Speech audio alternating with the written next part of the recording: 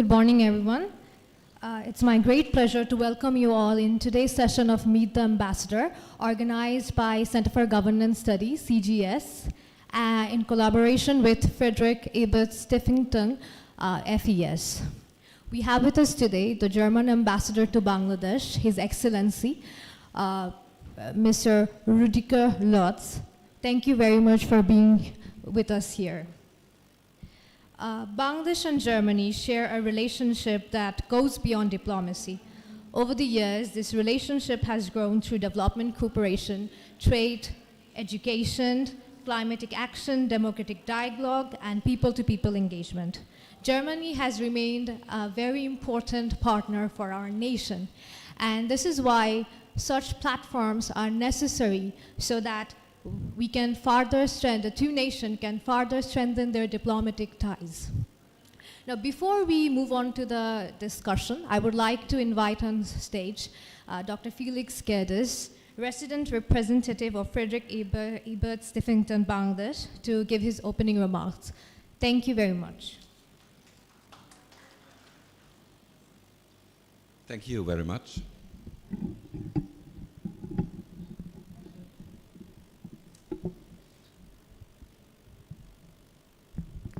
Good morning, Ambassador Dr. Rüdiger Lotz, Ambassador of the Federal Republic of Germany, esteemed Vice Chancellor of Jahangirnagar University, Professor Dr. Kamrul Ahsan, dear faculty and students, dear guests from politics, civil society and media, on behalf of Friedrich Ebert Stiftung Bangladesh, I'm pleased to welcome you to this event. This is the resumption of the Meet the Ambassador series that we had. That was a very successful program which had been discontinued for a while, but sometimes it is good to have a break to start again in a more forceful manner. This Meet the Ambassador program is organized in cooperation by Friedrich Ebert Stiftung and the Center for Governance Studies, here with Mr. Parvez Abbas and Mr. Jilur Rahman represented. We are grateful to Jahangirnagar University for hosting us and giving us the opportunity to engage with faculty and students and the wider society in this great institution. Friedrich Ebert Stiftung, as a German social democratic foundation, is committed to social justice, to political and civil liberties, and to international cooperation. We are currently witnessing dramatic changes in the international order, and in view of strengthening communication, of creating new opportunities for communication and public involvement in a debate on international affairs, we seek to revive this series. We have our aim to strengthen international dialogue and lay foundations and create a better understanding for the changes that are happening and that will happen, continue to characterize international cooperation. As the world changes, the way we interact will also change. And it is about all of us to reflect on these changes and to identify the ways to go about. I wish you all a very insightful and interesting experience here this morning at Jahangirnagar University in this talk with Ambassador Rüdiger Lotz. Thank you.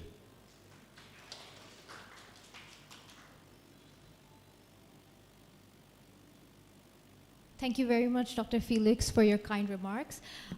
Next, I would like to invite on stage Parvez Abbasi, Executive Director of Center for Governance Studies, on stage. Thank you, sir.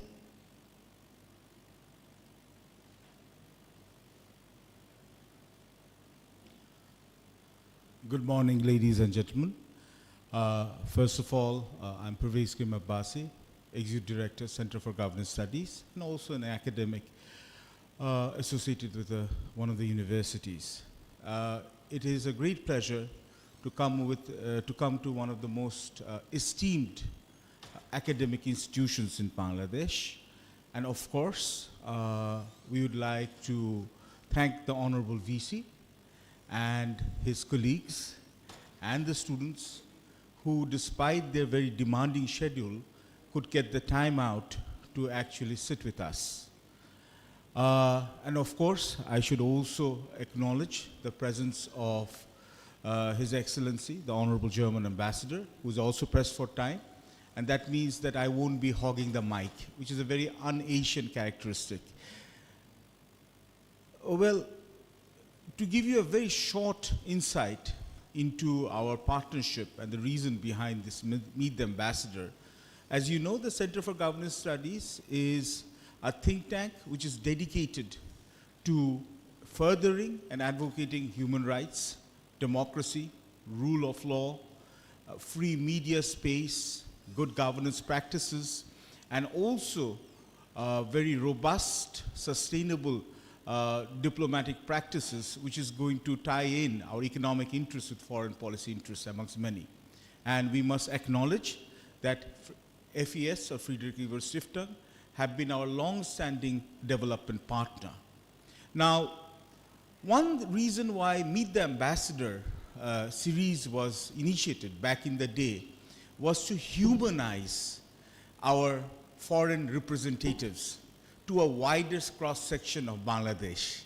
Bangladesh is more than Dhaka city. Bangladesh is more than Bonani, Gulshan, Baridhara tri-state area. And so meeting Bangladeshis from all sections of society means that the ambassador needs to go out. Of course, the ambassadors do go out, but meeting with all elements of the civil society is one way that we believe that, again, the rest of the world manages to interact with Bangladesh. So this is a good conduit. And last but not the least, why in Jahangirnagar University? Now, it is true that most of us who actually come from Dhaka city don't know that Dhaka centralizes every attention. Because I was born in Dhaka, the one university that people tell me is that, again, there's Dhaka University. But that is also a serious neglect of the rest of Bangladesh. And in this regard, that again, we need to actually get our diplomats outside of Dhaka. So that's why we have come to Jahangirnagar University, which in its own right has many distinguished scholars, many capable departments, and again, they are contributing to academic excellence. So the world has come to Jahangirnagar University, and I believe that in the future, FES and the German embassy, there will be many more programs, and hopefully we'll be able as CGS to facilitate this. So we'll be looking forward to a very meaningful conversation, and with that, I will hand over the mic. Thank you very much.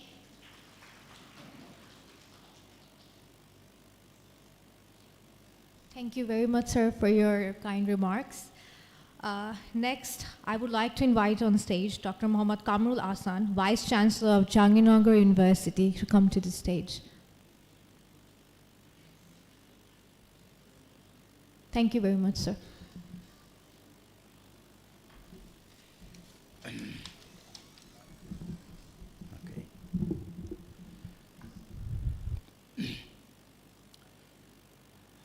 Well, I have a written script to go through, but I know that is just reading out this text. Allow me to express my gratitude in the first place on the part of my Jahangirnagar University stakeholders. It's really a great pleasure for us all to have here at Jahangirnagar University to discuss this issue. I don't know whether it is decent to express the situation I am running through at this moment, but for me, life is like that. life is like riding a bicycle.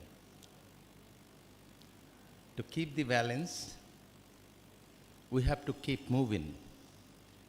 And it's not my statement, it's from Albert Einstein. So I have learned something from his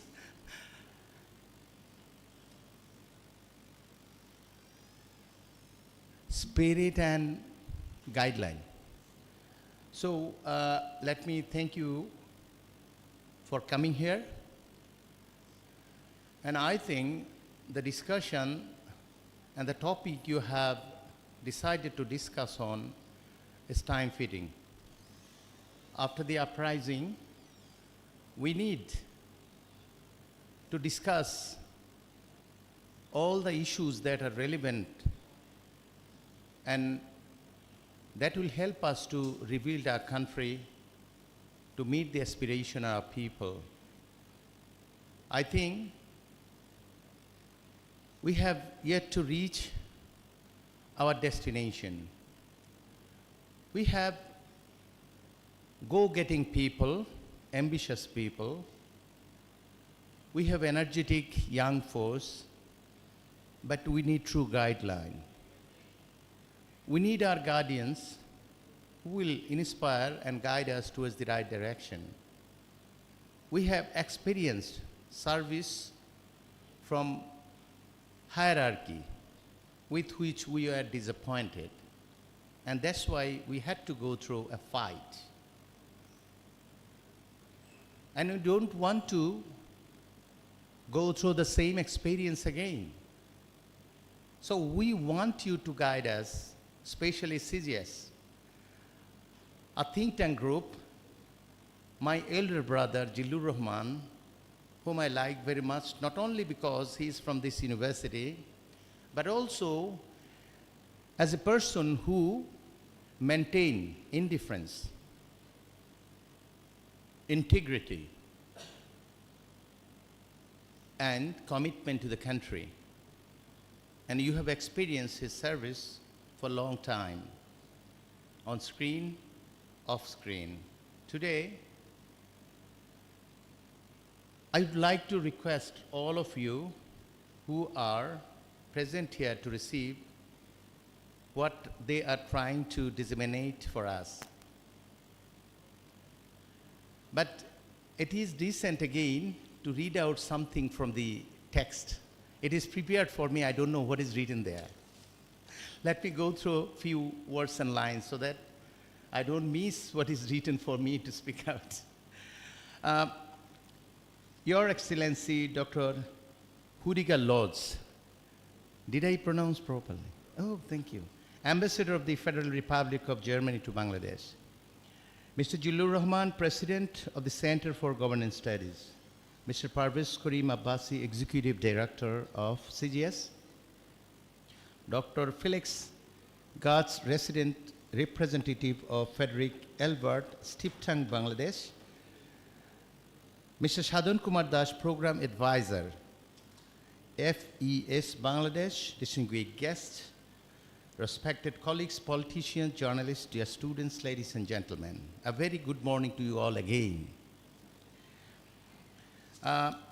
What I need to mention from this text is that we are especially, I say again, honored to welcome His Excellency Dr. Hudiga Lodz and the German Ambassador to Bangladesh. Excellency, we are very happy to have you with us today. Your presence is meaningful not only because Germany is an important partner of Bangladesh, but also because Germany represents something very valuable for young people: knowledge, discipline, innovation, opportunity, and responsibility in Bangladesh. Bangladesh is young, both as nation and in its population. Our young people are talented, as I said earlier, hardworking and visionary. To turn this strength into national progress, we need an education system connected with real-life research industry and the future. This is where Germany's experience is highly relevant for us. We all know that Germany is now a top destination for international students with more than 400,000 students from different places. Many Bangladeshi students also dream of going to Germany for higher studies, especially in engineering, computer science, environment, public policy, development studies, and social sciences.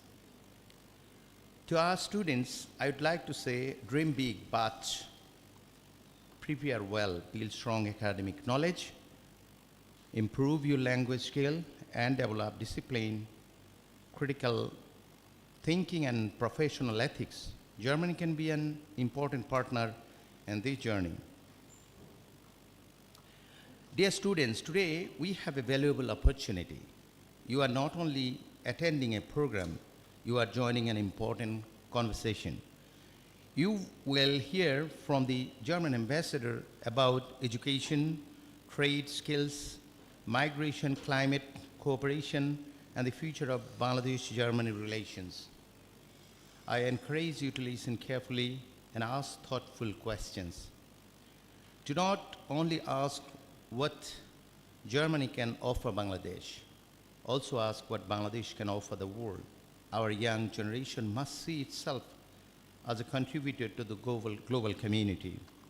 Excellency, I hope your visit to Jahangirnagar University will open new opportunities for academic cooperation between Bangladesh and Germany. We would be happy to see stronger links with German universities, research institutions, scholarship programs, and cultural organization. We want our students and teachers to learn from German's experience and also share Bangladesh's own knowledge, resilience, and aspirations with the world. Before I conclude, I would like to once again thank CGS and FES Bangladesh for bringing this program to our campus.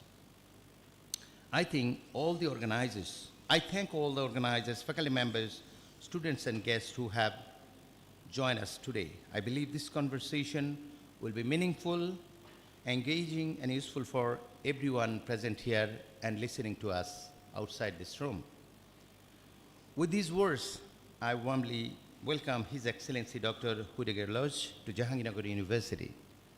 I wish today's program every success. Thank you all again.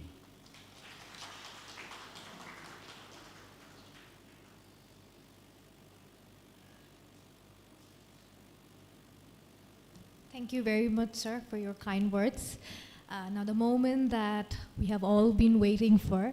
Before we begin the discussion, I would like to call on stage Mr. Jalur Rahman and His Excellency Dr. Rudiger Lotz onto the stage. Thank you very much.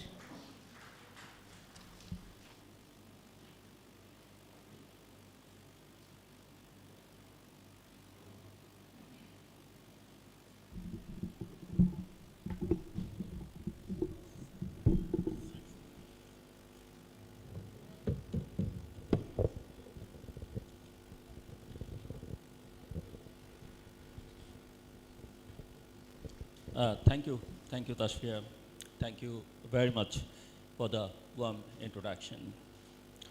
Good morning, everyone.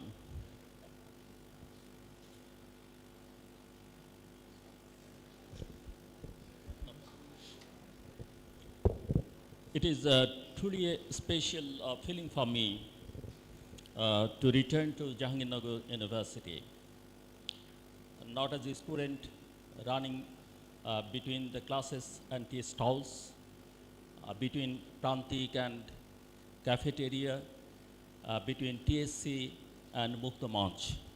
But after a few decades, to moderate this important conversation. Honestly, coming back here reminds me that memories become older, but never old. Today's session is especially meaningful because dialogue matters more than ever in a world full of conflict, uncertainty, polarization, and power politics. On behalf of the Center for Governance Studies and Frederick Ebert Stiftung, APS Bangladesh, I warmly welcome all students, faculty members, journalists, politicians, civil society representatives, and distinguished guests joining us today. And now it is my pleasure to introduce His Excellency Dr. Rüdiger Lors, Ambassador of the Federal Republic of Germany in Bangladesh. Ambassador Dr. Rüdiger Lors brings with him an extraordinary diplomatic journey across several regions of the world, from South Asia to Africa, from Latin America to the Balkans and the Middle East. Before arriving in Dhaka in July 2025, he served as Consul General in Karachi, Pakistan. He also served in South Africa, Turkey, Colombia, Kosovo, Afghanistan, Serbia, Peru, and many other important diplomatic assignments. He has worked extensively on migration, refugees, economic diplomacy, international conflict, and political affairs. Academically, he holds a doctorate in law from Freie University Berlin and a Master of Public Administration from Harvard University. And perhaps most impressively, for people like us who struggle even with one language sometimes, he speaks English, French, Spanish, and Serbian. So today, we'll keep the conversation in English to protect ourselves from embarrassment. Ladies and gentlemen, please join me in warmly welcoming His Excellency Dr. Rüdiger Lors. Excellency, the floor and the podium are yours for your introductory remarks.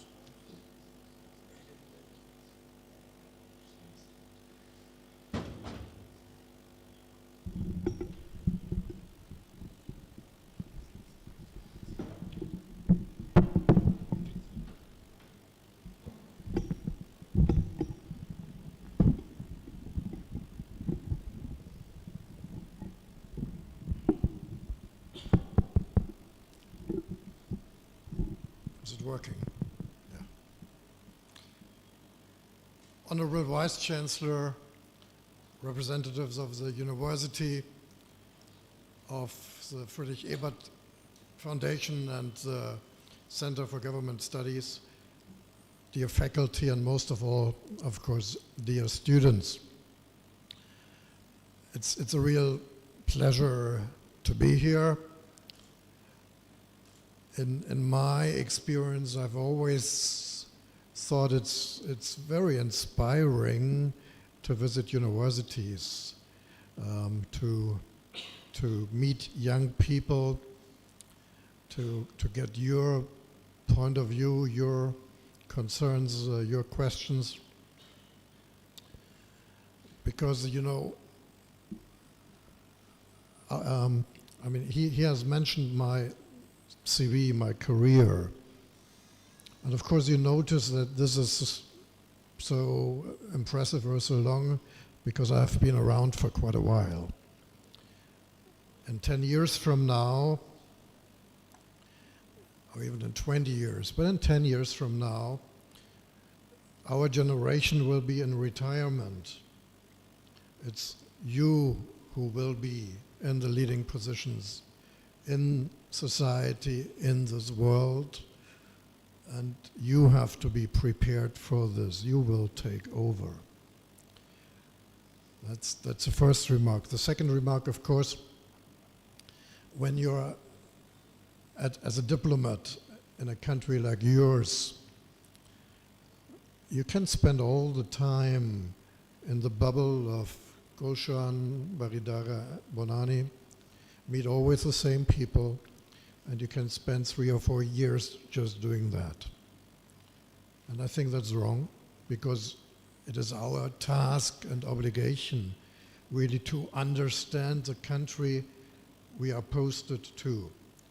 And if you want to have an understanding of the country, you have to speak to every segment of society, but most of all, you have to speak to young people, but you also have to be outside of the capital. It's fairly difficult to imagine a country of nearly 200 million people, which is very much centralized and run from one capital, one central government. I do think it's important to strengthen the provinces, to strengthen the millions and millions of people who are not necessarily living right in the center of the capital. And thirdly, in particular, of course, in Bangladesh, given the history of the country, universities are of particular importance, an importance that you don't find everywhere. But right from the beginning of the existence of this country, students and what's going on at universities is key to see and understand what is happening here in politics. And of course that holds true in particular for July-August 24 and the developments we have seen ever since. And which was largely, of course, an uprising driven by students, by Gen Z, and I think it will be important for the future of the country to see what is made out of it, how that push for very profound reforms is pushed forward. And I think that's a prerequisite for a stable future for this country. Now, Gen Z is not necessarily represented in government, but government, of course, has an obligation to push for the interests of Gen Z in order to guarantee a good and stable future for this country. Coming here, and that was in August last year. I am here a little more than half a year now. And you're rather surprised how close the relations between our two countries are. Now that's not counterintuitive, but it's also not intuitive, because we are pretty far apart geographically. But you have close relations economically, culturally, politically, many students coming, and you have to ask yourself, why is that? And one element, of course, is when you look what are Bangladesh's interests in good, close relations with Germany. That's, of course, first and foremost the economy. We are the second largest export partner. The European Union altogether is the biggest export partner, and that's mainly the textile sector, the ready-made garment sector. 90% of exports, and I come to this later, comes from that sector. So a strong interest, we are a strong trade partner, and we will remain so. So that I think is obvious, and the interest of students to come to study in Germany. Now vice versa, what is the interest that we have? It has an economic and a political aspect. Economically, of course, our companies are sourcing their production in the textile sector here, but it has a broader importance because this country is developing. This country is developing. You have a middle class here of 40 million people, and of course that is economically a very important, interesting aspect for our companies. Companies will increasingly come here. 40 million. 40 million is bigger than most European countries. And growth in this world will not happen necessarily in Europe. Europe is saturated. You have to have a look at the growth region of the world. The growth region of the world is this part of the world. It's this circle around 1,000, 10,000 kilometers around Bangladesh, if you want. The majority of the world population lives here, but also the majority of growth in the world that will happen over the next 30 years is going to happen here. Bangladesh, if it continues to develop at the pace that we have seen, will be probably among the top 20 world economies in 20 to 25 years. So we have to be here. We have to be present here now to be prepared for this. And at the same time, we are also as a country trying to diversify our presence in Asia. What do I mean with this? Over the last 20 years, we have been focusing very much our presence on China, up to a point where the German economy became quite dependent on China. There's a certain focus or even hype when it comes to India. But of course, we have to look for alternative business destinations in Asia.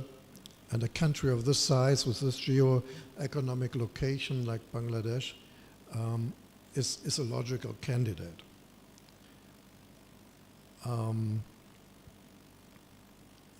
That perhaps on the economic side. Politically, we are in a changing world, and Felix Gerdes has mentioned that already. The world is changing. When I grew up, that was during the Cold War.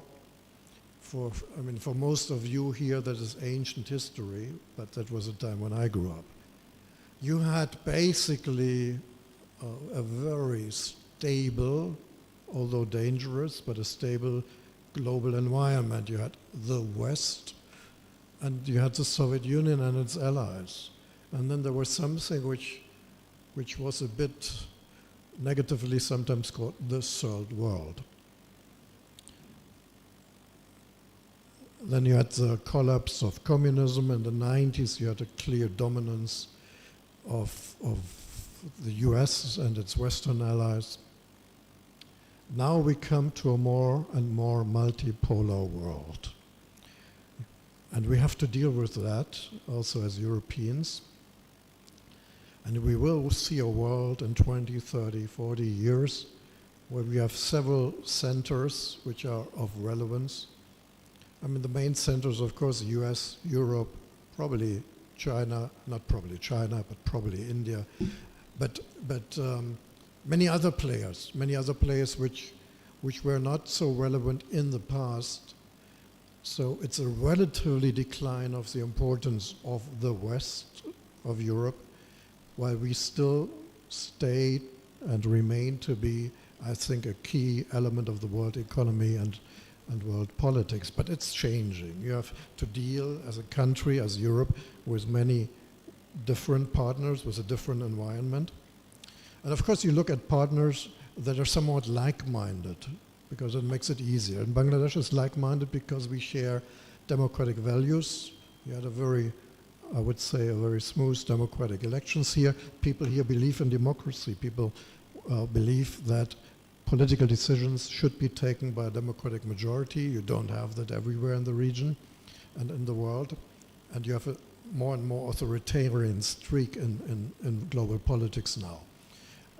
And here we share democratic values, which I think is already a good basis because democracy can easier work together. And yes, we have to have a dialogue among equals, and I think the world is developing in this direction. When I started my career, we had many dialogues with countries in the so-called Global South, which is another word which I don't like very much, but okay, from the perspective of Europe geographically, most of the world is South. But dialogue basically meant that we told other countries what we think they should do. That will not work in the future. We need a dialogue among equals because countries will ask for it, and with an increasing economic and political importance on the world stage, we need this kind of partnership. I conclude here with these few introductory remarks, and then we, I think, continue with the Q&A sessions. Thank you very much.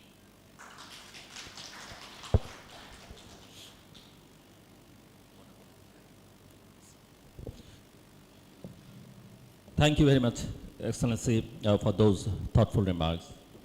You have already touched important issues shaping Bangladesh-Germany relations, global politics, trade, migration, and cooperation. Let me now move into the conversation part of our session. Ambassador, Germany and Bangladesh have enjoyed a fruitful and productive diplomatic relationship since Bangladesh independence. How do you assess the current state of bilateral relations, and which areas do you believe offer the greatest promise for the future? What interest does Germany have in Bangladesh? I think that the relations have been very good and close. Now that's what diplomats always say, but it's really true. We have a very close relation. So the situation is good. But it could be, of course, as everything in life, it could be better. It could be better, and which that I mean, we could have a far closer cooperation in many fields that starts with high-level political visits to really have this constant dialogue, say, between our chancellor and the prime minister, between the foreign ministers, between the finance ministers, because you learn in diplomacy that you cannot have a stable, good, trustful relation over decades or so if you don't meet people. So people have to know each other. I think that's key. Secondly, we are doing good economically. There's a trade exchange of more than 10 billion euro or $10 billion. That's a pretty good number. But as I said, it's focused very much on the textile sector. I'm convinced Bangladesh has to offer far more. It's great to have a competitive textile sector, and it should remain so. But of course, if you are to emerge into a developed country, and you're about on this way to do that, but of course you cannot do that merely on the basis of the textile sector. No country in the world has done it this way. There are many other elements, perhaps we can talk about this later, but this requires also diversification, and it requires also investment of German companies here. German companies come here to source textile production, but they should come here to invest. And while we have a very nice trade exchange overall, the amount of what you call FDI, foreign direct investment, in the country is still relatively low. So that is something where I see huge potential for improvement. Mr. Lords, do you think the relationship is now moving beyond development cooperation into a more strategic partnership? Where do you personally see the untapped potentials? Untapped potentials.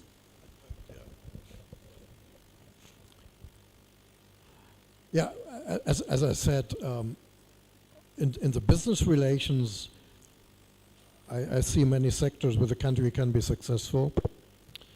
That includes the leather industry, it includes the pharmaceutical industry, it includes the agro-industry. I think these are three sectors where I see huge potential. Of course, all of that nowadays, when you see the European approach, it should be in an environmentally friendly, socially sustainable way.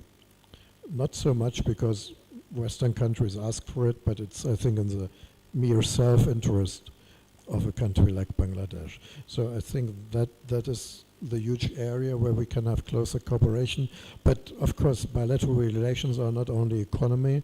I see really closer cooperation also when it comes to mere political relations, because we join the interest in stability in the region. We both are countries that depend on exports, and we both this way depend on a rules-based international environment, which is put unfortunately under questions by some at the moment, but I think that is of key importance. So, and of course, one point which is a sensitive and difficult issue, but we have a median age of our population of 46. Bangladesh has a median age of 25. And in itself, that sounds some irrelevant statistic data, but it's not. It means we have an aging population, and a large part of this population will be in retirement very soon. We need skilled young labor. And to bring this together, yeah, you have the young people, we need young people. But to bring that together, to have the skilled young people that we need, it's a fairly difficult process, but we do need this process. And it's a complicated debate also back home in Germany and other European countries, but we do need migration. But we don't need a regular migration. A regular migration causes lots of problems, but we need the migration of those people who, from our point of view, are the right people, the people we want to have. Mr. Ambassador, as you mentioned earlier, that Germany is one of Bangladesh's most important trade partners and a major destination for Bangladeshi export.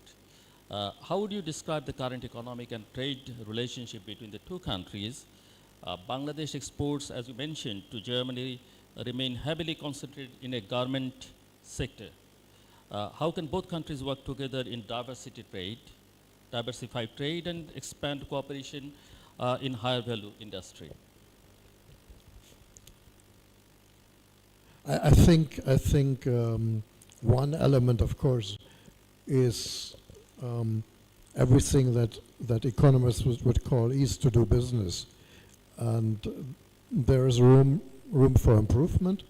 When I talk to people of the government, I think they understand that.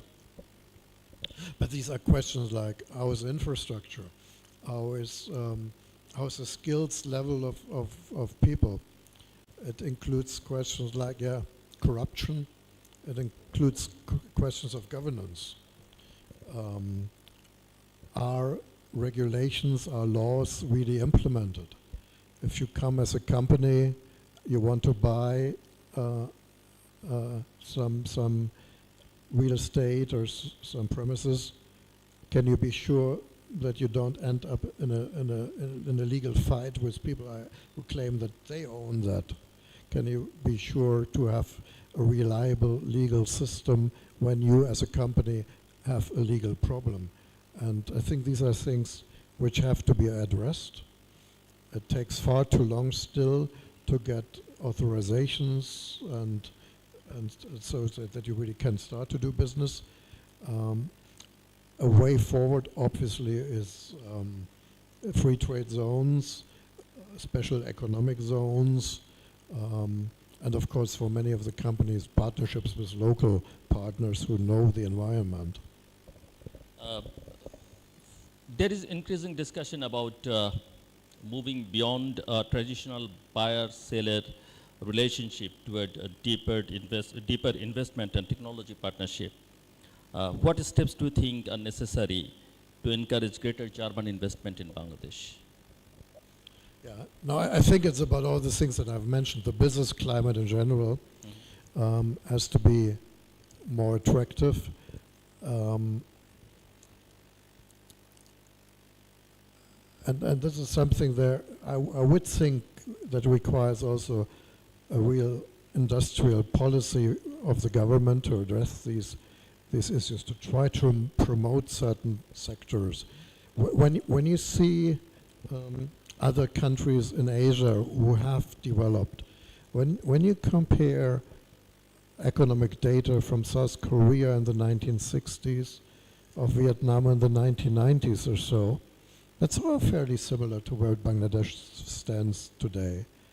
And given the right decisions, Bangladesh can develop the same way, I'm absolutely convinced. But those countries, for example, have invested in education. The budget for education is far too low here, according to my assessment, far too low. Bangladesh has already achieved a lot in improving education, and by the way, education means education for both girls and boys, but of course later secondary and tertiary education. It also includes vocational training, by the way. So investment in education, I think, is key. Preferences to particular industries, to develop these industries. And of course, when you have an improved business climate and foreign investors come in, they bring technology and know-how, and they do their own skills training, and I think this is a way forward. Two very brief supplementary questions. Sometimes investors talk about predictability and confidence. How important are governance and policy continuity? Number one. Number two, can Bangladesh realistically become part of Germany's future supply chain diversification partners or a strategy? The first question was about stability. Predictability and confidence. Sometimes investors talk about uncertainty and lack of confidence. No, I think the first prerequisite for investors' confidence is political stability, and I think we are at a point after the elections where this country has reached political stability. To keep this, and that's what I tried to say at the beginning, it's important that the government really will address these concerns. Policy continuity issue is another issue. Policy? Continuity. Yeah. The government has to address the concerns of Gen Z. Otherwise, there would be the impression that things go on as usual, as they have been in the country for so many decades. I think there has to be a real shift, a real push to say we are in a new phase in this country, and we have to do politics in a different way as it was done in the past. I think that is key. Germany has placed importance on vocational education, training and skill development in its engagement with Bangladesh. So how can cooperation in these areas better prepare Bangladeshi youth for the demands of a changing global economy? And do you see more opportunities for skilled migration to Germany, and under what conditions? Yeah. At the moment, we have in our development portfolio about 3 projects that focus on vocational training. And of course, these can only be examples how things can be done. When I talk with the government, I think we agree that the country actually, when it comes to vocational training, needs a more holistic approach. It cannot be individual projects that sometimes work or not and are different from different donors and often not sufficiently evaluated. This approach has to be more comprehensive nationwide, and it requires also another approach, I think, to the importance of vocational training. My impression here is that most young people want to or are forced to go to pursue their careers by studying at a university. And many universities, like this here, of course, are very good. But all too often, I think you don't get the necessary skills that companies and the labor market are demanding or asking for. So you can have a very theory-based curriculum, but you need to train people in the way that on day one they can work, say, as engineers in a company. And secondly, I mean, our experience in Germany is that not everyone really should or has to study at a university. We typically have this tradition of vocational training where you go to learn a profession, be it electrician, cook, whatever you want, for typically 3 years in a mixed system where you half of the time work for a company, half the time you go to a vocational training center. But I think this approach is key, and this is of course what potential investors are asking for. But of course more important in the long run is potential investors coming here and training the people themselves. And now, perhaps the question many students here are waiting for. Currently, one major concern among Bangladeshi students interested in higher studies in Germany is the visa processing time at the German embassy. So what are the reasons behind this challenge, and how can the situation be improved? Yeah, the reason is that young people love us too much, but seriously, the numbers of students who apply has risen multiple times over the last years. And as ministries or embassies go, you still work with the same amount of staff to handle this. I think that's the first problem. I mean, it's not a secret. When I came here, we had a waiting list of around 80,000 last year. Why? I come to that why it is so. We are now at 60,000, so that's quite an improvement in 1 year. It has several problems. You have an enormous amount of people in these lists who actually don't want to study. Yeah, you have people who actually want to come to Germany because they want to work at McDonald's or because they want to carry bags at the airport or whatever. But since there is no channel for this kind of labor, you inscribe yourself for the visa application for students.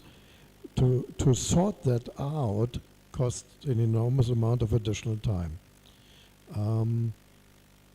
The second problem that we do have, quite frankly, is in this country you have an enormous amount of fraudulent documents. We cannot have trust that the documents that we will get are the real documents, are originals, are not falsified. And that costs an enormous amount of extra time. So compared to other countries where you don't have the situation, the individual visa officer needs much more time.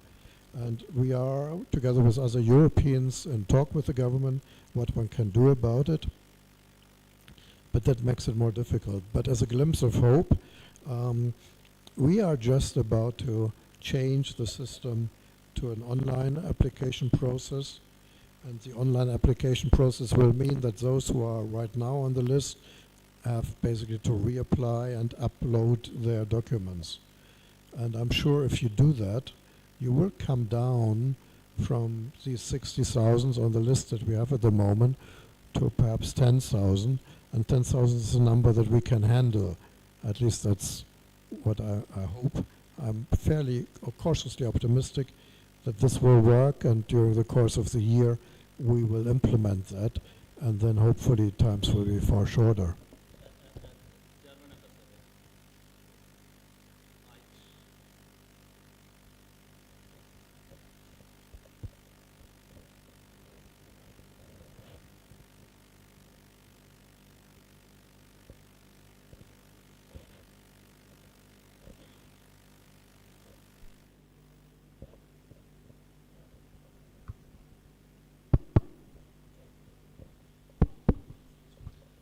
as German ambassador, would you like to see more Bangladeshi students in Germany? As ambassador, German ambassador, would you like to see more Bangladeshi students in Germany? Yeah, as I said, the answer, of course, is yes. We have about 7,000 now. The number is rising. But the background really is we need skilled young people, and we need the right people to come. And what makes me sometimes upset about what I said about these fraudulent documents or so, are people who don't want to study and have their name on the list and contributing this way to getting the process for those who honestly want to study longer and longer. That is something that lacks solidarity with those who actually want to come and seriously study. You have an enormous amount of bright young people in the country. You have young people who want to study, and I think we offer very good conditions for that. German universities, contrary to the UK and in particular to the US and others, studying in Germany also for foreign students, in principle is for free. It's more a symbolic fee that you pay, but that is not the obstacle. Yes, we need skilled young people, and we are looking forward to getting more talented young people from this country. Thank you. Ambassador, do you think Bangladesh has enough awareness about Germany's vocational and technical education opportunities?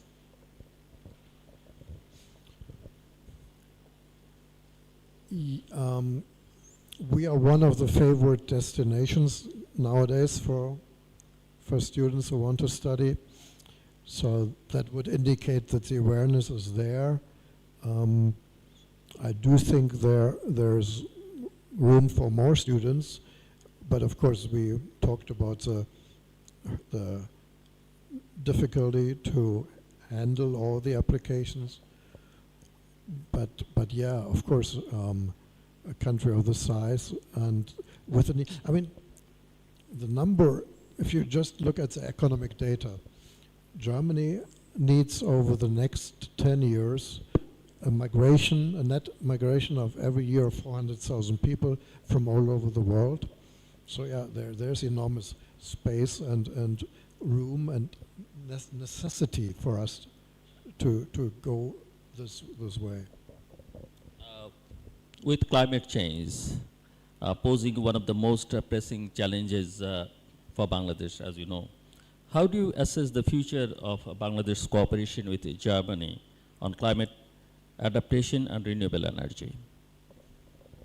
Yeah, I think in particular the recent situation with the crisis at the Gulf has shown the dependency on fossil fuels that the country has. That's a problem. Dependency on fossil fuels and lack of storage capacity with the absence of a homegrown energy supply. It's a challenge because the energy need of this country will increase enormously. If you see the per capita energy consumption, that's perhaps a third or so that what you see in countries like Malaysia or Thailand. And this country will have a growth rate in the next years of 4 to 5% annually, we think. And that means also the energy consumption will increase. You have to answer the question, where is that energy coming from? And fossil fuel or dependency on one partner in the Gulf or so obviously is a problem. There, of course, is where renewables come in. Renewables at the moment are about 3 to 4% of the energy mix. That is not enough. Now, there are always difficulties, and you don't have the space for huge solar plants, of course, but of course you can go for rooftop solar panels. Wind energy certainly has an additional potential, although it's not ideal from the natural conditions here. Hydro, of course, is a bit difficult in a flat country like Bangladesh. But saving energy is also an element, and as bridge technologies on the way to increasingly renewable energies, of course, LNG is something which is part of the equation. So, but yeah, I think we will continue from the German side to support you in your investments into renewables, and that means in this country here in particular, rooftop solar panel. So, are you optimistic that climate cooperation can become a major pillar of bilateral relations between Germany and Bangladesh? Are you optimistic about that? That climate cooperation can become a major pillar? That it has to be, because this is a country that suffers particularly from climate change, and climate change, all in all, is a global challenge. I spoke about irregular migration. A country like Bangladesh, as an emerging country, of course, has an enormous migration pressure. That also means that all too many people go.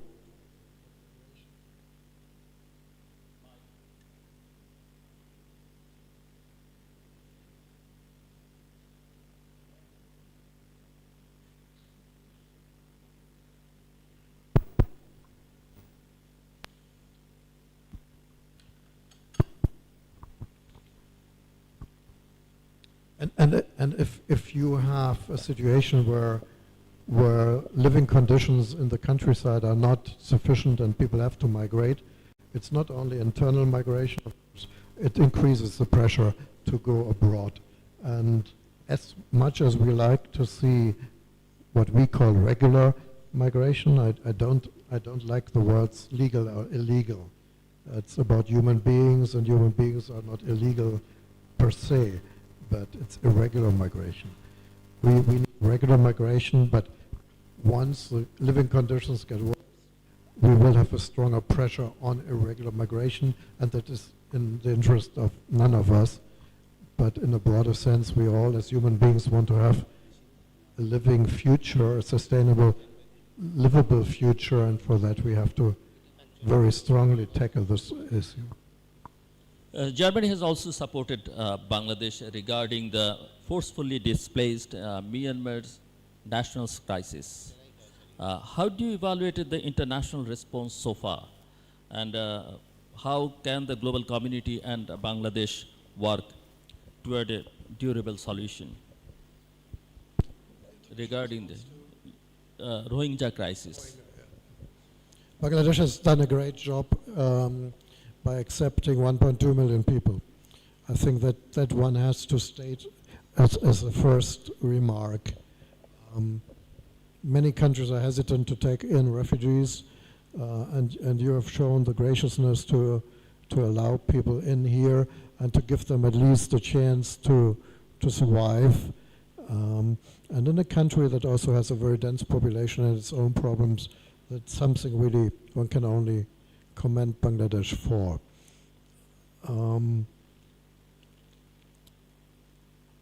The international community, and we have... Is the world gradually losing attention regarding the... I come to that. I do think that the world pays attention, perhaps not enough, but there are other refugee crises, and let me call it refugee crisis, although it's not a popular wording here. There are other conflicts in the world, like Sudan, Somalia, which are completely out of the focus. About the Rohingya, at least the international community talks about, but not enough. We will continue to support. We have done so with several tens of millions of dollars, and we will continue to do so.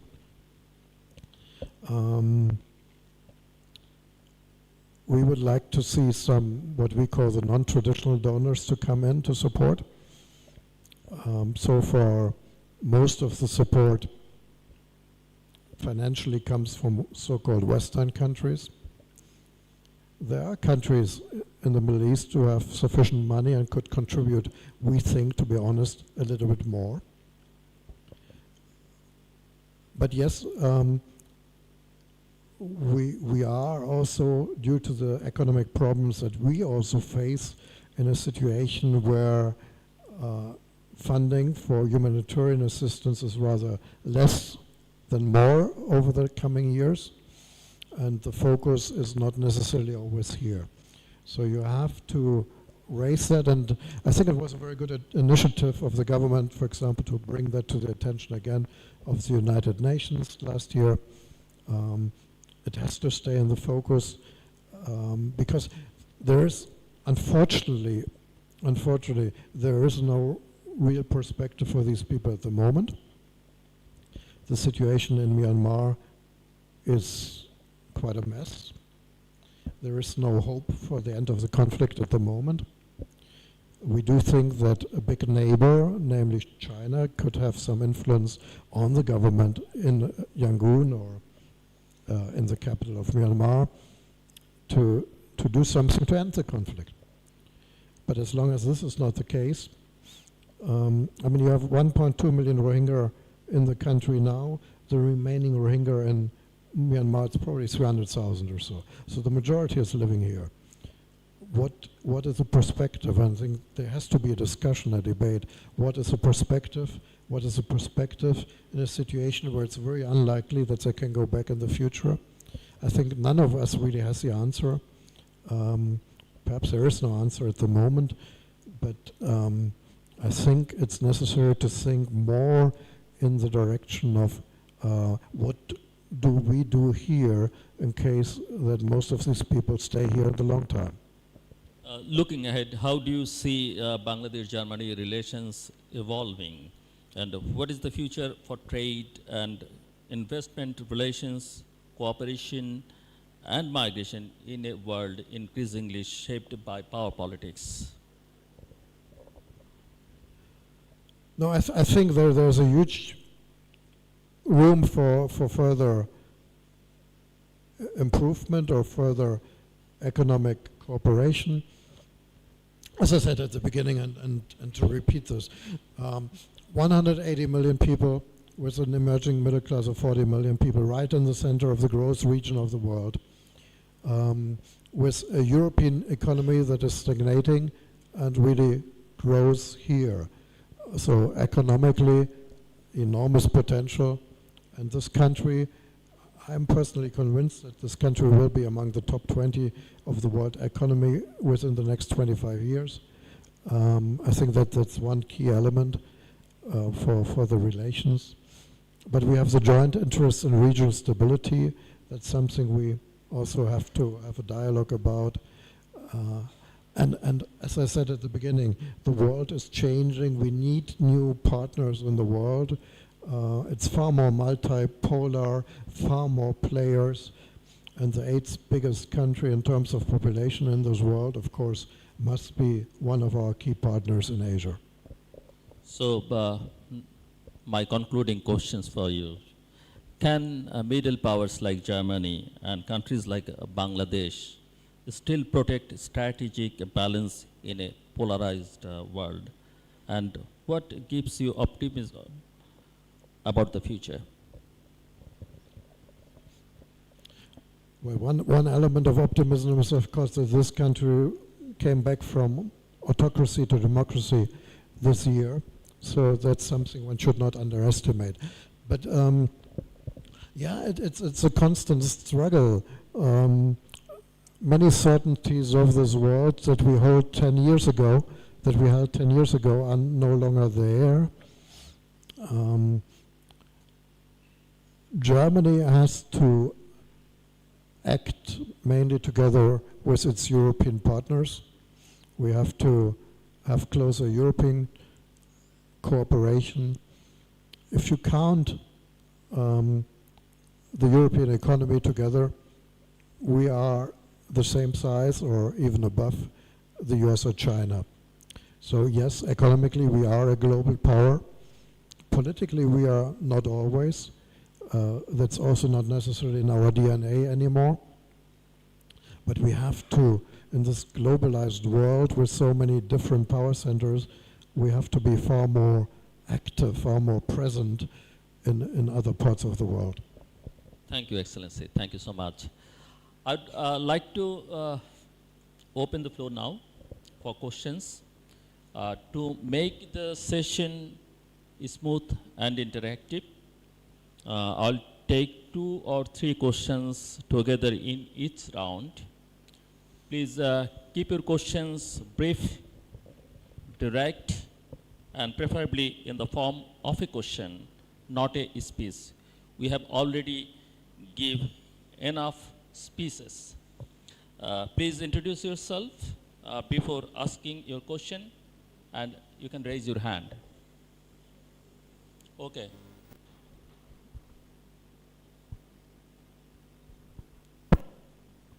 Yes.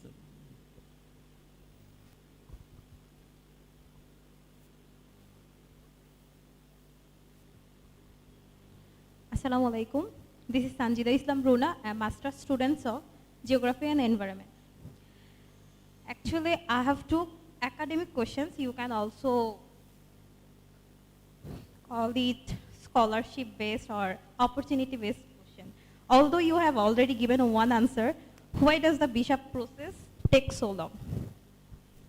So my first question is, Germany is globally recognized for its high-quality higher education system and strong emphasis on research and innovation. Many universities in Germany offer academic standards and facilities that are highly admired by students in Bangladesh. And my first question is, what kinds of support or collaboration can Germany provide to help strengthen the quality of higher education and research in Bangladesh, particularly through partnership, faculty exchange, and capacity building initiatives? And my second question is, as someone who personally went through German visa appointment process, I found it quite easy as the visa appointment is free, but it is time consuming.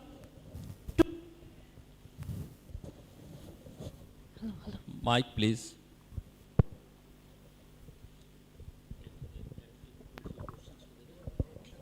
It is time consuming to secure a slot. Currently, the waiting period is almost 2 years plus for Bangladeshi students. Many Bangladeshi students and professionals experience similar challenges.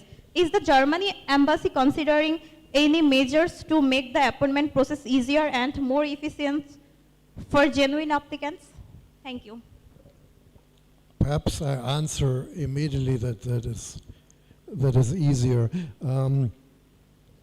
I think when it comes to cooperation between universities, our universities are open for this, but we typically in Germany don't do that on what you would call a G2G basis.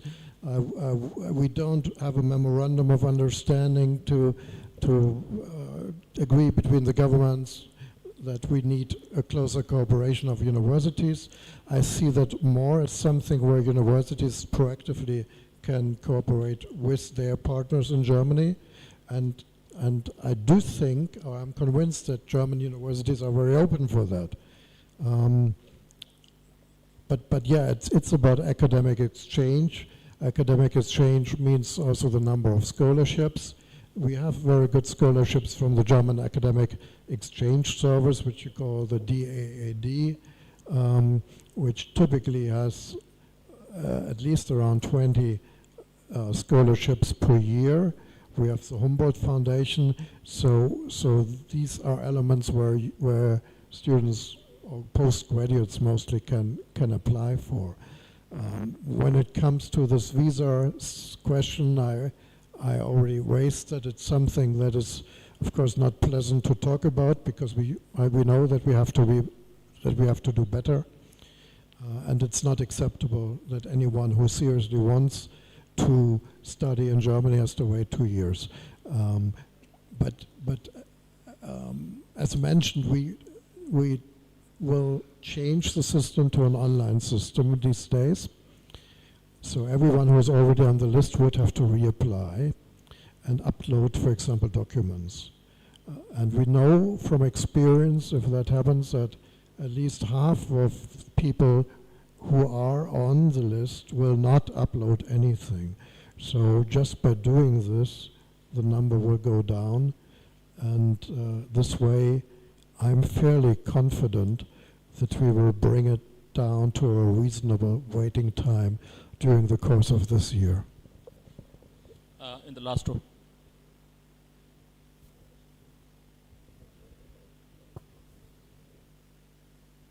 William Jagan, Your Excellence. It's been an honor to meet you. Please It's been keep an your honor to mic meet you. close to your mouth. It's been an honor to meet you. My question is, do you see a foreseeable future where Germany is helping Bangladesh in mitigating or addressing the technological literacy that Bangladesh currently faces? We are already very much engaged in measurements to climate change and will remain one of our focal areas. And that means also help for people who are internal migrants. It means projects of renewable energies or so. And I'm convinced we will do more on this. I mean, we are aware that climate change is caused by economic developments that have happened mostly in industrialized countries. And the countries who suffer most are countries like Bangladesh, who have not contributed very much. So there's obviously a moral obligation to do that. You know that there are elements talked about in the climate conferences about the questions of compensation for that and so on. So that will play internationally a broader role in the future. But as I said, you really, that's a global problem. When people in Bangladesh don't have sufficient living conditions and have to move out, it's not a situation where anyone in other places of the world or in Germany or Europe or whatever can say that doesn't concern us, because it concerns us very directly. And if it's only for migration, if it's only for political stability, you cannot have political stability when the living resources collapse and so on. So yes, that is something where we have to work closer together. Next, please.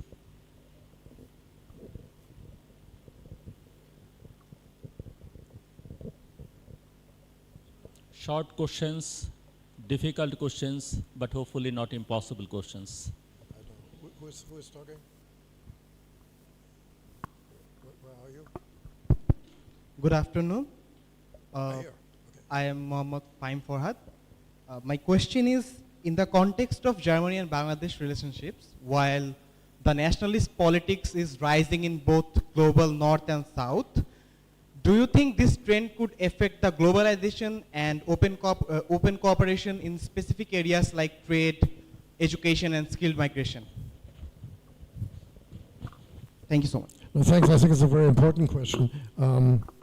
Nationalism is on the rise in many countries, or I would say when it comes to Western countries, often that element of right-wing populism. That has to do with many factors. It has to do, I think, much with difficulties in the economic situation of many people, also in Western countries, with changes in our lives that perhaps go too quickly for many people. It is a real risk that it will affect the global economy. We have to really defend this rules-based global system. Whatever one thinks of it, but it gives a frame and helps, of course, countries like ours, which are mainly living from exports. But it will remain a struggle. I do believe that any approach when countries say, my country first, and you probably know to whom I allude to, will not work. That doesn't help anyone, and at the end of the day will be to the disadvantage of these countries. But yes, we have to lead this fight to defend a globalized world, with an open world which allows for migration of skilled people, and at least in Europe, I would say that is still the majority opinion, and I hope it will stay that way. Next, please. All the boys, please. Hello, Assalamu alaikum. My name is Shoumi. I am from Department of Economics. My question is related to economy. One question is that German had offered us a 3 years transition period extra, extending our LDC advantages like quota-free and duty-free advantages. Will this be still available if Bangladesh extend their LDC graduation? And another question was that German had offered Bangladesh GSP plus advantages if Bangladesh could fulfill some series of labor market situations. But if the labor market situations get advanced, the comparative advantage that we have in cheap labor, we will lost it. Will Germany compensate Bangladesh for that sort of cost, or are they expecting Bangladesh government to subsidize the field? Yeah, thank you. That is actually the key question I hear from the representatives of the government very often now. So it's obviously a key question for Bangladesh. So the graduation from the status of least developed countries to what basically then is a mid-income country, it has many different aspects. On the one hand, of course, a country can be proud that you have achieved that, but and once you would have that status, it's also an easier way to access international capital and so on. On the other hand, people in the government tell me, and that's probably correct, that while the macroeconomic data show that Bangladesh is not a least developed country anymore, many development indicators tell a different story.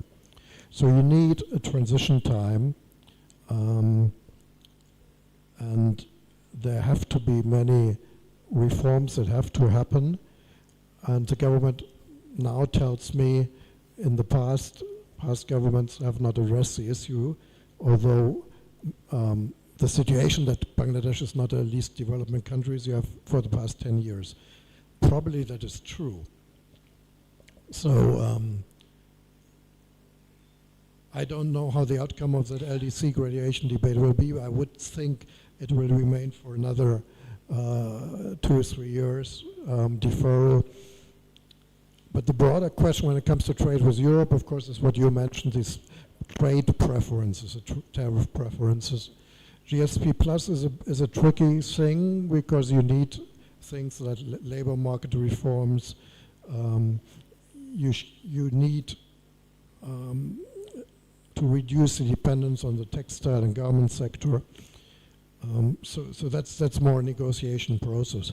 You will have the tariff preferences that Bangladesh currently has, which basically means no tariffs for ready-made garment to Europe. You will have that for at least another 3 years.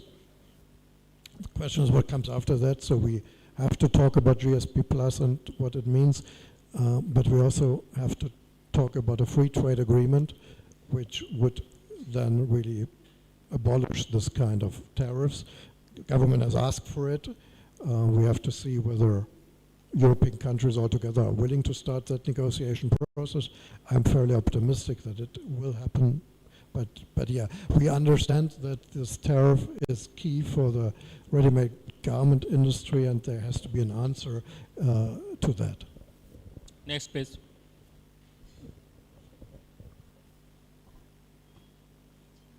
Hello, this is Kaji Cynthia Tasnim. I am from Government and Politics Department of Jahangirnagar University. My question is, as you know, the global order is now shifting into a more multipolar dynamic. So here the developing nations are facing multiple foreign policy related challenges. So how Germany views Bangladeshi foreign policy or Bangladesh's strategical role in maintaining stability in the region of South Asia? Yeah, the first question, how would I assess Bangladesh's foreign policy? I would quickly say very clever, in the sense that you are at a difficult geographical position as a smaller partner between many, or at least two bigger blocks, actually 3 bigger blocks. And Bangladesh has always managed and keeps doing so to try to be in good relations with everyone. And whenever that is put into question, difficulties arise. So given the situation, of course, it's obvious you have to have good relations with China. We understand that. You have to have good relations with India. That was a bit questionable over the past 2 years, but the new government is very willing to pursue that road. With all difficulties, I know there are difficulties, but of course, given the realities, there is no other way. And of course, the West is important because we are the major export partner.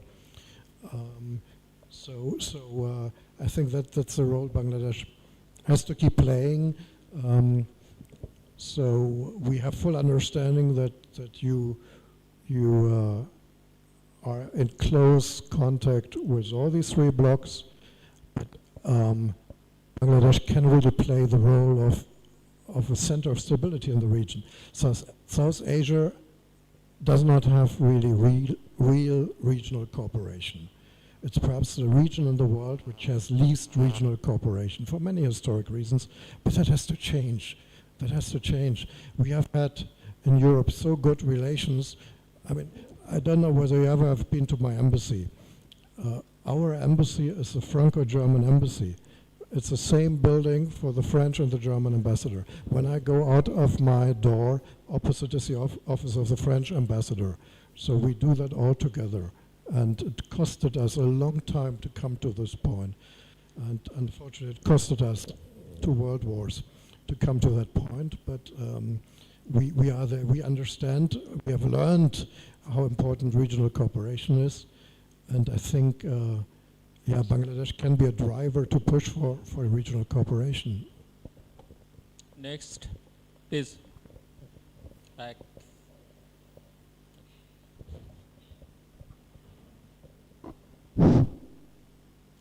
Hello, His Excellency Horizar Lords. Guten Tag. This is me, Dr. Mahiuddin Ahmed Shumon, Director of Public Relations of this university. There is great bilateral between Japan, Germany and Bangladesh. In socio-economic condition of development Bangladesh, German helped a lot. Here we can remember before 2 decades, German helped Bangladesh football team, their seats, for getting 2 German coach. We can recall their name, Otto Pfister and Werner Beckelhaupt. After departure of Bangladesh, Otto Pfister joined Ivory Coast football team, and Ivory Coast qualified FIFA World Cup. Bangladesh football team now seeks the quality football coach. Is there any possibility for German for assist quality football coach for Bangladesh team?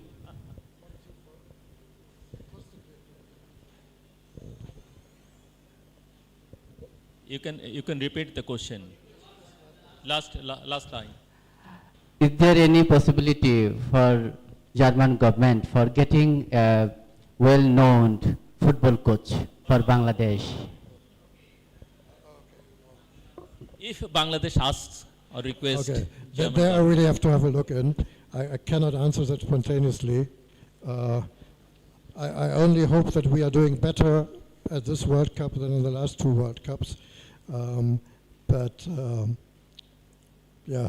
the Ebert Foundation can help with football coaches. No? Okay, wow. So next, any questions from the faculty members or any other? Yeah, please, Mike here. Assalamu alaikum. I'm Abdul Qadir, representative of Bangladesh Jamaat Islami. My question is, what's roles in being played in employment creation in the socio-economic context of Bangladesh? So we have few politicians here from BNP, Jamaat Islami and NCP, local politicians. Please. what roles is being played in employment creation in the socio-economic context of Bangladesh?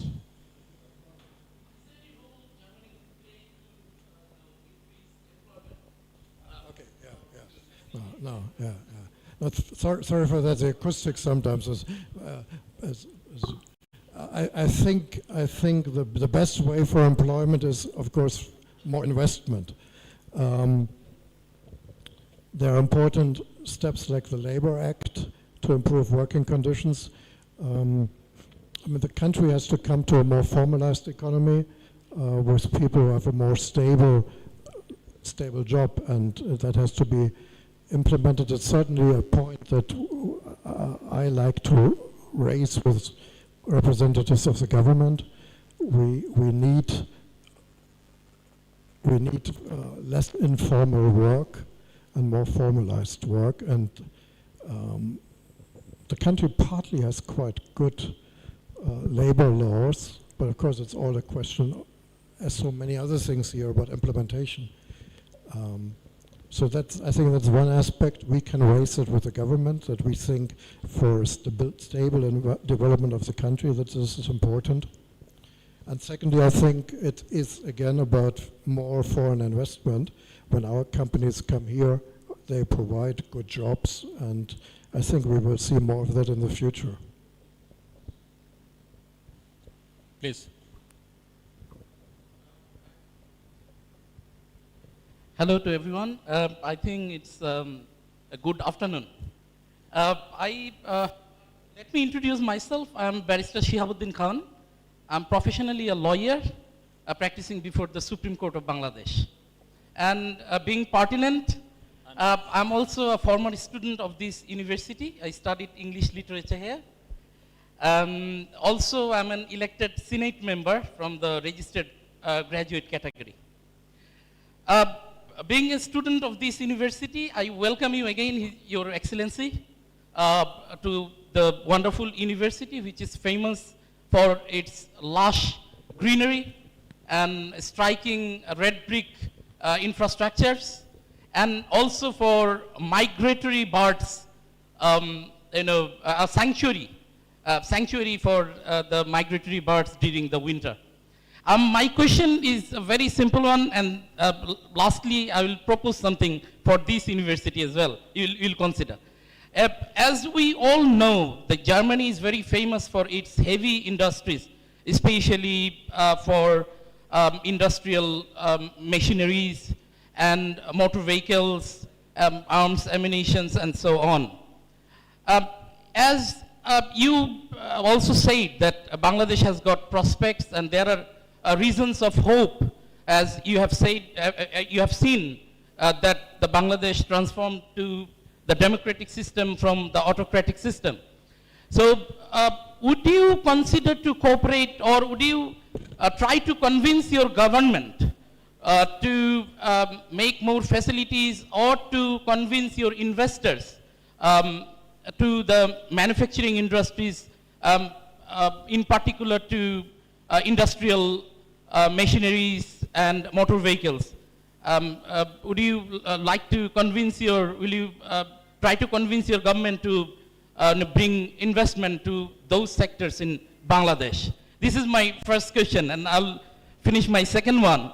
As a student of Jahangirnagar University, I would like to request you to consider whether it is possible to set up a center. It could be called German Center in Jahangirnagar University, for facilitating training programs, including language and other things, and to facilitate the academics facilities of this university. Thank you, Your Excellency. Thank you very much. Thank you. Thank you. When you are the ambassador of your country in a foreign country, you typically at the same time are somewhat the ambassador of this foreign country back home. And in that sense, in Germany, I always see myself a little bit as the ambassador of Bangladesh in Germany. And my colleague, who is ambassador of Bangladesh in Germany, certainly sees it the other way around. So yes, I try to translate to people back home what is happening here, what the concerns are here, to explain that. And that, of course, includes largely, of course, industry. We really try, and I see myself in that sense a bit like the cheerleader for Bangladesh and Germany, really to try to bring more and more companies here.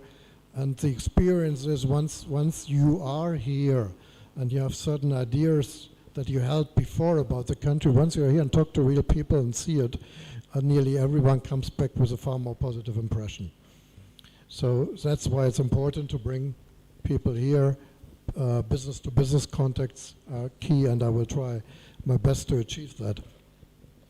And yes, we need to have a closer academic look. That is true. We will have to see. I cannot promise too much. That would be not serious. But we have to have a look how to promote German culture, the understanding of Germany in this country on an academic level far better than it has been done so far. We'll take it maximum 2-3 questions, please. Many hands.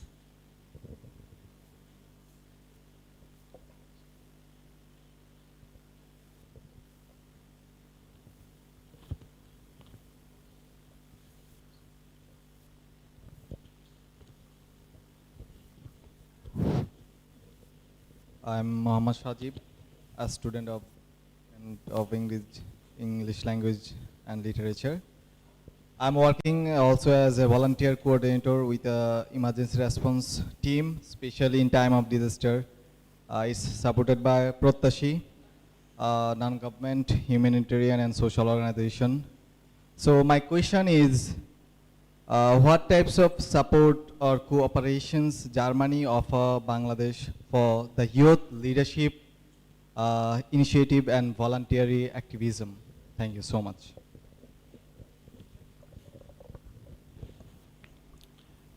Youth leadership voluntary. I mean, we have a full portfolio of cooperation. We work together with several youth groups, for example, in Korai and other places of also not so privileged communities.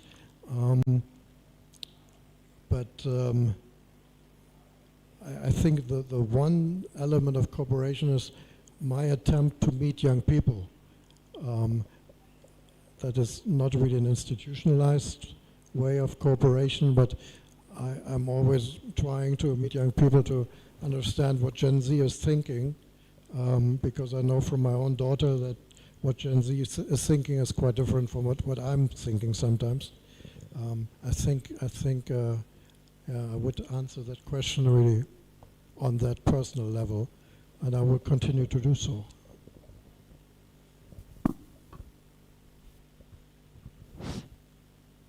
Hello everyone. I'm Tajrinahat Tammi, student of Philosophy Department. So my question is, in the age of misinformation and propagandas on social media, so what role should diplomacy play in protecting the truth? So this is the question. And the other question is, what advice would you give students interested in working in international organizations or embassies? That's it. Thank you. Yeah, the first question is a broad question, of course, that we all face. The importance of social media, artificial intelligence. I always make the point when I give speeches, it would be easy to go to ChatGPT and then give me the speech. I never do that, because you want to hear what I think, and I want to know what I think, and not what the machine thinks that I should think. But it's a broad problem. I mean, you grow up in a very different learning environment. When I grew up, to get to information was very difficult. But that also trained you really to be critical about information, to store much of the information in your head. You have access very quickly to far more information, but also something. I mean, in general, artificial intelligence should serve us, and we should not be the slaves of it. But it's an incredibly difficult challenge. You see that in the political sphere, yeah, you have so many things which are basically fake news, which are manipulated news. It will be increasingly difficult to distinguish what is true. And I mean, one element is, of course, more authentic person-to-person communication. Of course, a clear understanding that we all don't have to believe everything what we hear, and rather in a second step to question what we hear. And I think diplomacy in particular is a relatively good example, because you cannot have diplomacy based on social media. You really have to talk to people. But yeah, I think that's a broader question when you see how quickly things developed. When I was studying, long time in the last history, a long time ago, but you were, when you wanted to have information, you go to the library, you try to find a book, and then if you're lucky, you find it. And on the one hand, it's so much easier now. It's a huge advantage. It accelerates our access to information enormously, but the risks are enormous. And when you see in which speed that continues, and what that also means for your future, that is something which also sometimes is a bit scary. I don't want to see it only as scary, but we have to be very vigilant. And the second question was, sorry. And this is the last question. So the second question was, what advice would you give students interested in working in international organizations or embassies?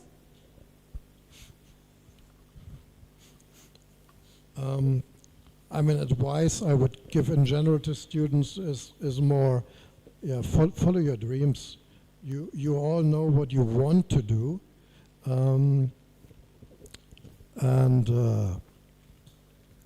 I don't have the one tool how to get into an international organization or an embassy, but if you really want it in life, you will achieve most of these things. It might not be easy, but what I, with hindsight, would always tell people: try to follow what you really think is your passion. If you want to learn about philosophy, learn about philosophy. If you want to make money, try to make money, but please in an ethically way. But if you want to have a big family, have a big family. If you want to travel, try to travel. It's not always so easy, but don't come to a situation where you have lots of missed chances when you're 60 or 70. So thank you. No more questions, please. We are running out of time. Thank you. Excellency, thank you very much for your time, openness, and thoughtful engagement today. And thanks to all participants, especially the students of Jahangirnagar University, for such lively participation. Dialogue is important because even when governments disagree, people must continue talking, listening, and understanding one another. For me personally, returning to this campus after many years and moderating this session has been deeply emotional and meaningful. On behalf of the Center for Governance Studies and Frederick Ebert Stiftung, FES Bangladesh, thank you all for joining us today. Have a wonderful day.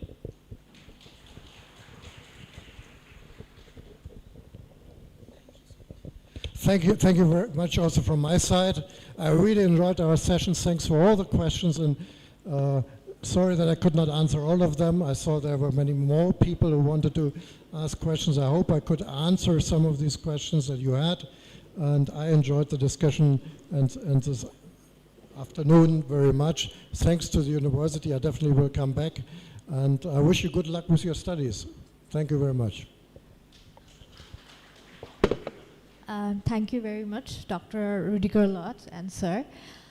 We are very close to the end of the program, but before we do, we have with us the program advisor of FES Bangladesh, Sadhun Kumar Das.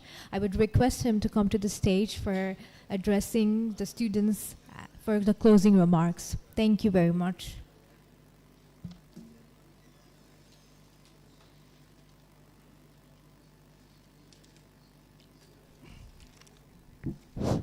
Thank you, Tasfia. So as we already heard from His Excellency, the concluding remarks from his side, and from FES side, that we do have some concluding remarks as well as vote of thanks to our respected guests and also the institutions. So respected Honorable Ambassador, His Excellency Dr. Rudiger Lott, Honorable Vice Chancellor of Jahangirnagar University, Professor Dr. Kamrul Hassan, distinguished partner from CGS, especially Mr. Jilur Rahman, Parvez Karim Abbasi, and certainly Tasfia. Honorable guests from the media, political community, and civil society, respected teachers, dear students, ladies and gentlemen, a very good afternoon to all. As we had extraordinary exchange of views, ideas, and lots of thought that we really enjoyed, and all these will be documented and share with you, and definitely you please keep on eyes our Facebook page, our website, and also website and Facebook page of CGS, so that you can also watch again and also disseminate in your networks, so that we can also follow up the discussions definitely with the German embassy. On behalf of the organizer, it is my great honor to deliver the vote of thanks at the conclusion of this wonderful Meet the Ambassador event. First and foremost, we express our deepest gratitude to our Honorable Ambassador for taking the time to join us today and for sharing valuable insights, experiences, and thoughtful perspectives. Your presence has truly inspired our students and enriched this gathering. We are sincerely thankful to the Honorable Vice Chancellor of Jahangirnagar University for continuous guidance, encouragement, and support in making this program successful. Our special appreciation also goes to our respected partner, CGS, for the collaboration and dedication behind organizing such a meaningful platform for dialogue and learning. And this journey is the beginning of some other dialogues and conversation with dignitaries from different embassies. So this is the first one, and there are some other is in the process to come. I would also like to extend heartfelt thanks to the respected teachers, students, members of the media, political leaders, and representatives of civil society whose active participation made today's discussion vibrant and impactful. A sincere thanks to the organizing committee, volunteers, technical team, everyone working behind the scenes for their tireless efforts and commitment. We hope today's exchange of ideas will strengthen mutual understanding, inspire future cooperation, and encourage young minds to engage more actively in global and national issues. With gratitude to everyone present here, I now conclude the program. Thank you all once again for your valuable presence and contribution. Wishing everyone a safe journey home, because we are coming from Dhaka. This is the way actually for also some will back home, and many of you definitely will remain in the campus, but still enjoy your rest of the day. Thank you.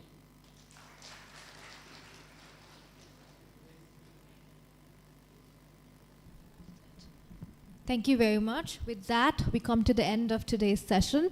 Thank you all for your participation. Now, I will request the participants and the respected faculty members to wait here for a while. Lunch will be served. Thank you very much.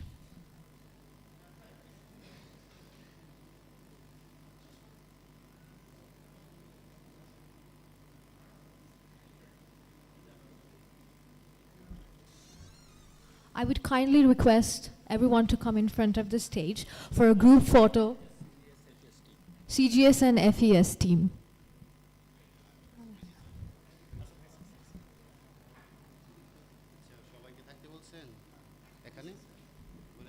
For the participants, please wait here for a while. Lunch will be served. Thank you very much. The CGS and FES team, please come to the stage for a group photo.